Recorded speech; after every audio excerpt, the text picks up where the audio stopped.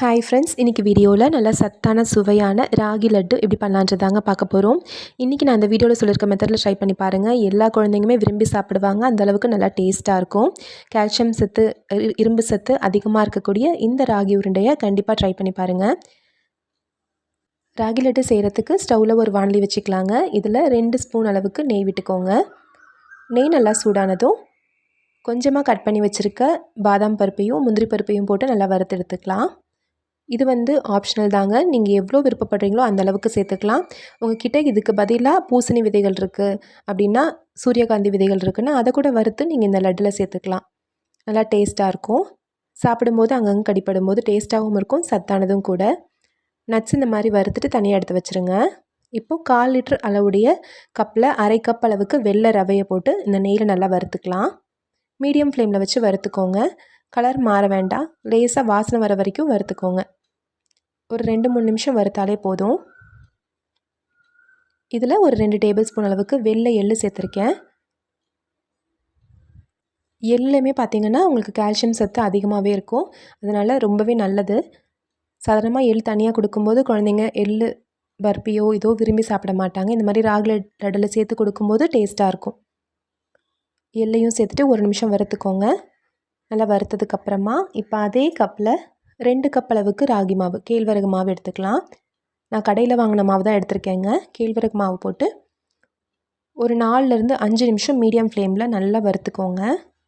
அப்போ தான் அதில் இருக்க அந்த ஈரப்பதம் போகும். அதே மாதிரி டைஜஷனுக்கு ரொம்பவே ஹெல்ப்ஃபுல்லாக இருக்கும். ஒரு 4-5 நிமிஷம் வறுத்ததுக்கு அப்புறமா தான் நம்ம இந்த லட்டு செய்யணும்.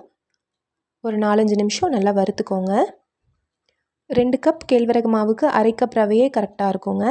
வறுத்துட்டு ஸ்டவ் ஆஃப் பண்ணிட்டு எடுத்து வச்சிடலாம். இப்போது ஒரு பவுலில் அதே கப்பில் 1/4 கப் அளவுக்கு பொடிச்ச வெல்லத்தை போட்டுக்கலாம். கூடவே 1/2 கப் அளவுக்கு தண்ணி ஊற்றி வெல்லத்தை நல்லா கரைய வச்சுக்கலாம். வெல்லம் எதுவும் பாகு வரணும்னு அவசியம் இல்லை, கரைஞ்சால் மட்டும் போதும். 1/2 கப் அளவுக்கு வெல்லத்துக்கு 1/2 கப் அளவுக்கு மட்டுமே தண்ணி ஊற்றிக்கோங்க. கொஞ்சம் திக்காகவே வெல்ல தண்ணி ரெடி பண்ணிக்கோங்க. வெல்லம் நல்லா கரைஞ்சிரட்டும். பாருங்கள், வெல்லம் நல்லா கரைஞ்சிருச்சு.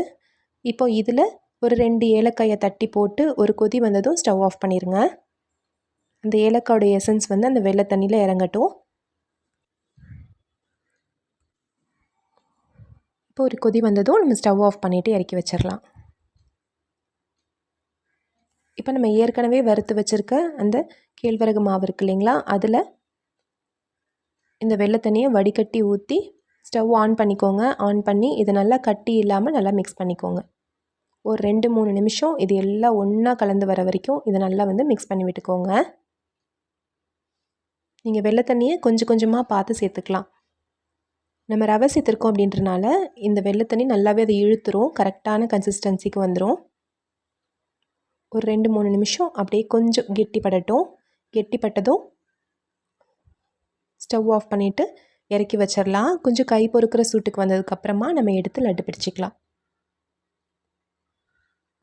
இப்போ பாருங்கள், கொஞ்சம் கெட்டிப்பட்டுருச்சு. நம்ம வறுத்து வச்சுருக்க முந்திரி பாதாமை சேர்த்து ஒரு தடவை கலந்து விட்டுறேன். இதில் அந்த எள்ளுடைய வாசனை, டேஸ்ட்டு, அதே மாதிரி நம்ம ஆட் பண்ணியிருக்க நட்ஸுடைய டேஸ்ட்டு, இது எல்லாமே கேழ்வரகு மாவை பிடிக்காத குழந்தைங்க கூட விரும்பி சாப்பிட்ருவாங்க. நல்லாயிருக்கும். வெறும் மாவாக இருந்தால் சாப்பிடும்போது சில பேருக்கு பிடிக்காது. அதனால தான் நம்ம ஒரு 1/2 கப் அளவுக்கு ரவை சேர்த்துருக்கோம். இந்த மாதிரி சேர்த்து செய்யும்போது எல்லாருமே விரும்பி சாப்பிட்ருவாங்க. இப்போது கை பொறுக்கிற சூட்டுக்கு ஆறிடுச்சு. ஆறினதுக்கப்புறமா எடுத்து இந்த மாதிரி உருண்டைகளாக உருட்டி எடுத்து வச்சுக்கோங்க. இது கிட்டத்தட்ட வெளியிலேயே ஒரு வாரத்துலேருந்து 10 நாள் வரைக்குமே நல்லாயிருக்குங்க. கண்டிப்பாக இதே அளவுகளில் இதே மாதிரி ட்ரை பண்ணி பார்த்துட்டு இப்படி வந்துச்சுன்னு சொல்லுங்கள். இந்த கேழ்வரகு லட்டு உங்களுக்கு பிடிச்சிருந்துச்சுன்னா நம்ம சேனல் ராகாஸ் கிச்சனில் ஒரு லைக் கொடுங்க. ஃப்ரெண்ட்ஸ்க்கு இந்த வீடியோவை ஷேர் பண்ணிக்கோங்க. நம்ம சேனலை சப்ஸ்கிரைப் பண்ணிக்கோங்க.